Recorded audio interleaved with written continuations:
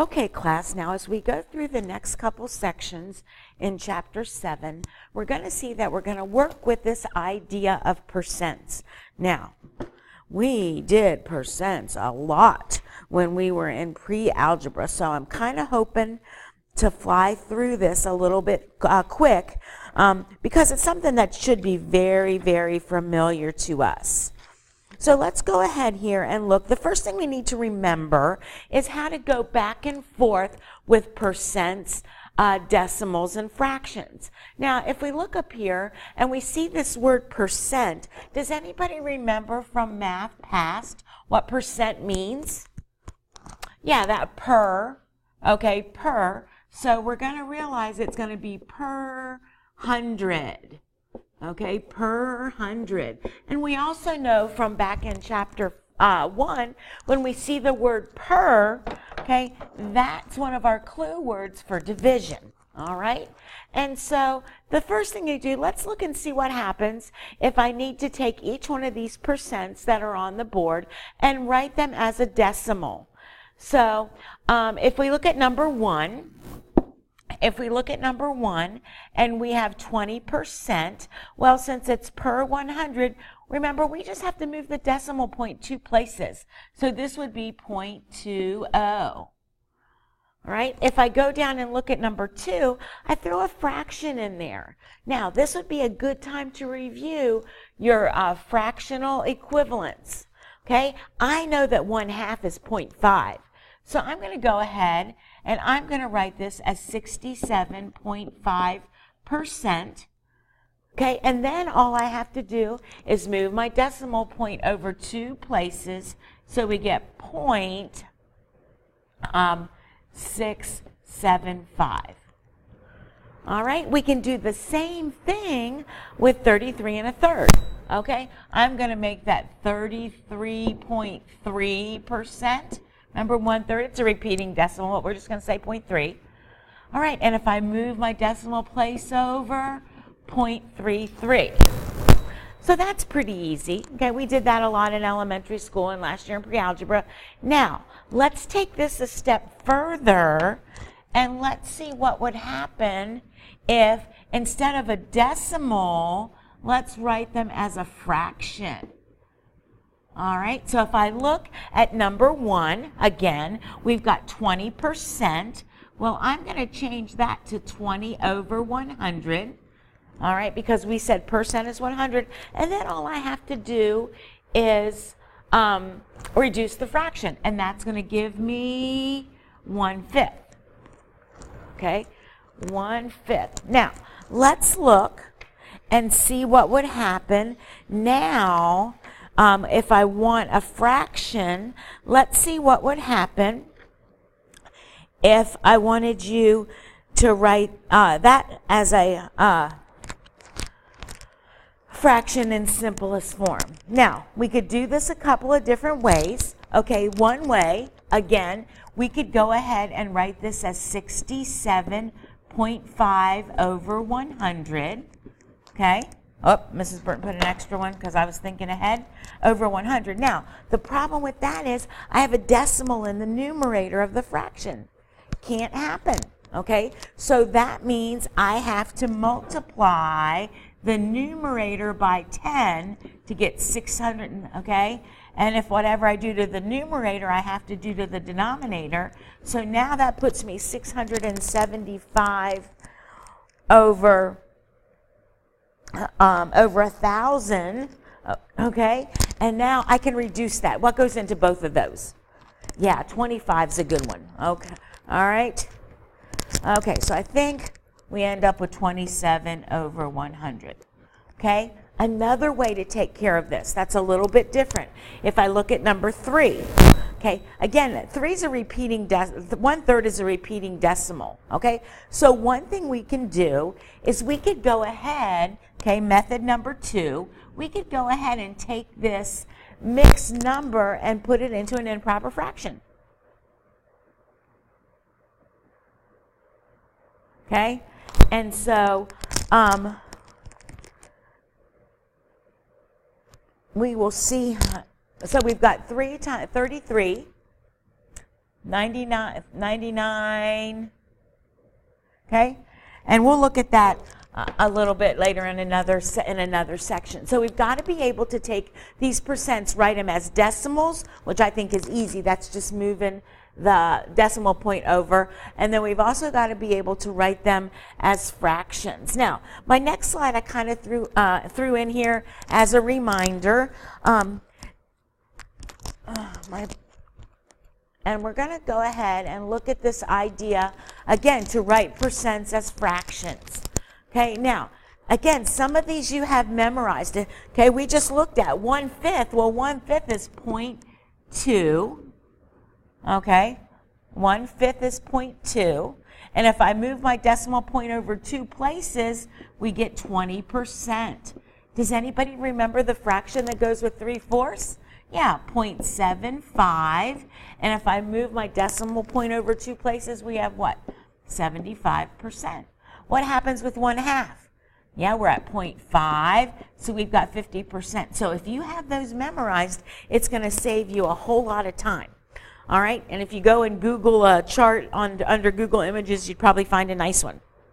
Okay, another thing we can do, okay, is if we don't have it memorized, if you remember back in pre-algebra, we did all that long division, okay? Like if you had 7/8, all right, and you didn't know what the decimal equivalent was, remember we would say 8 goes into 7, decimal, and then we do all that long division. Okay, that's a second way that we can go there. Okay, the third way is set it up as a proportion. Okay, and this works out really nice, especially when we're in chapter 7. So remember, how do I solve a proportion? Yeah, that's right. I cross multiply. So if I look here at this problem, I've got 3.5 equals x over 100. Remember, percent is per 100. Let's go ahead and put this over 1. Yeah, remember we use cross products, okay, to solve proportions. That's what we learned in section 7-2. So if I cross multiply, we've got 1x equals, and we've got 3.5 times 100. Well, what happens when I multiply 3.5 times 100? Yeah, we're going to get 350%. All right, another way we could do it is our second equation here. When I look at this one, okay, I've got 9/25 equals x over 100. Well, we're back to those equivalent fractions. When I look there, hey, if I multiply 25 times 4, I get 100. So whatever I do to the denominator, I do to the numerator. So 9 times 4 is 36%. So Mrs. Burton's just kind of reviewing a little bit some different ways that we learned how to convert between decimals, fractions, and percents. All right? Okay, now, next thing we need to concentrate on is this idea of these percent problems. Now, the way we did this last year, and there's a couple different ways, but I'm going to show you the easiest way, is using the percent proportion. Now, if you remember from last year, the percent proportion looked like this. It's is over of equals percent over 100. And so we set up a proportion, and then we're going to use those cross products again for us to solve each equation. Now, if you remember, okay, real important in this section, back in 7-2, we saw a lot of different ways to simplify the proportion to make the math a little bit easier. All right, so let's go ahead and look at this first one, okay? Let's look at the first one, and we need is. Well, when I look for the word is, it's right here, and what comes after it is what number. So that's where my x is going to go. So we've got is over of, here's of, and the number that comes after of is 500 equals, now we've got 6.25%. Guess what I'm going to do with that fraction? Yes, I'm going to go ahead and change that to 6.25. I'm going to change my fraction to its decimal over 100. Okay, so does everybody understand where all my numbers came from? Now, if you remember back in section 7.2, if I got some GCFs, I can simplify. So we can actually look at this denominator with this denominator, and we can simplify by 100. That makes life super easy. So now we're just going to cross multiply. If we multiply here, we've got 1x equals, and if we multiply here, it's 5 times 6.25. And now, anybody remember? 31.25. And that's my final answer. So, like I said, there's a couple of different ways to get here, but proportions is the easiest way, especially with the math. All right? So let's go ahead and try our second equation right here. All right? Let me go ahead and erase this so we have some room to work. Oh. Okay, so it says 18 is 6% of what number? Okay, so if I look, what's is? Well, here's is. If I look at is, okay, if we're looking at is, what's in front of there? 18 is, what's of? Well, here's my of. It says of what number, so that's where my x goes. And I've got 6%, which equals 6 over 100. Okay, so everybody understand about where is and of and how those numbers are coming in? Okay, do you see something we can have a GCF that we can cross cancel? Okay, so look, 6 goes into 6 once, 6 goes into 18 3 times. Okay, so now let's cross multiply. Look, what have we got? 1x, when we use our cross products, equals 300. And that's my answer. So again, it just makes it so much easier now that we've been working with proportions for a few days to solve each of these percent problems as a proportion. Okay, we've got one more scenario to look at. So let's look at my bottom equation here. Okay, it says what percent of 36 is 45? Okay, is, here's is, so what goes with is? 45 is over of, well, 36 goes with the of, so we're going to put that over 36 equals, this time we're looking for percent, so it's going to be x over 100. Now, is there any way I can simplify my proportion? Well, when I look here at this first guy, guess what? There's a GCF in the numerator and denominator. What goes into both of those? Yeah, 9. So I'm going to go ahead and make this 5 over 4. Did you realize I can simplify 4 and 100?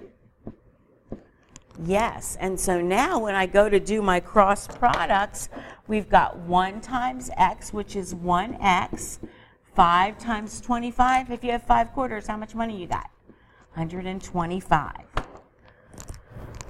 Great job. So the best way for us to get through this idea of percent problems is to use proportions because we know how to simplify them and make the math a little bit easier. Okay, the next thing we're going to look at is the strategy of how we can eliminate decimal coefficients. You know, when I say decimals, most students hate decimals almost as much as they hate fractions. And so what we do is we work to get rid of them, okay? And if I can get rid of them, it makes life easy. It goes back to the idea of all that basic math that we learned back in 5th and 6th grade with decimals. So instead of having to remember all that, let's just get rid of them. Well, here's our strategy. We have to look at our problem and figure out the greatest decimal place. So if I look at my first problem up here, if you notice we've got 2.8, well that means I've got a number in the tens place. When I look at the second term here, it's 12.6. Once again, my number's in the 10th place. And if I look at the last term here, I've got 0.7. My number's in the 10th place. Since every decimal place is the tens place, we're going to multiply by the greatest power of 10. Well, since they're all in tens place, we're going to multiply everything by 10. Now that's pretty easy because all we're doing is moving the decimal point 1 place to the right. So let's see what happens here. What's 10 times 2.8? We get 28x equals, what's 10 times 12.6? 126. Okay, what's 10 times 0.7x, well, that's going to give me 7x. So now, presto changeo, all the decimals are gone, and that problem seems to look a little bit easier for us. We've been doing stuff like this with those properties of equality since chapter 3. So who's my floater? Who needs to move for me to get letters on one side and numbers on the other? Yeah, good job. I'm going to subtract 7x from both sides, and that's going to give me 21x equals 126. Nice. We got to get x alone, so we're going to divide both sides by 21. So what does x equal, class? Yes, x equals 6. So it just makes the math a little bit easier for us to deal with. Let's go ahead and look at this bottom one now.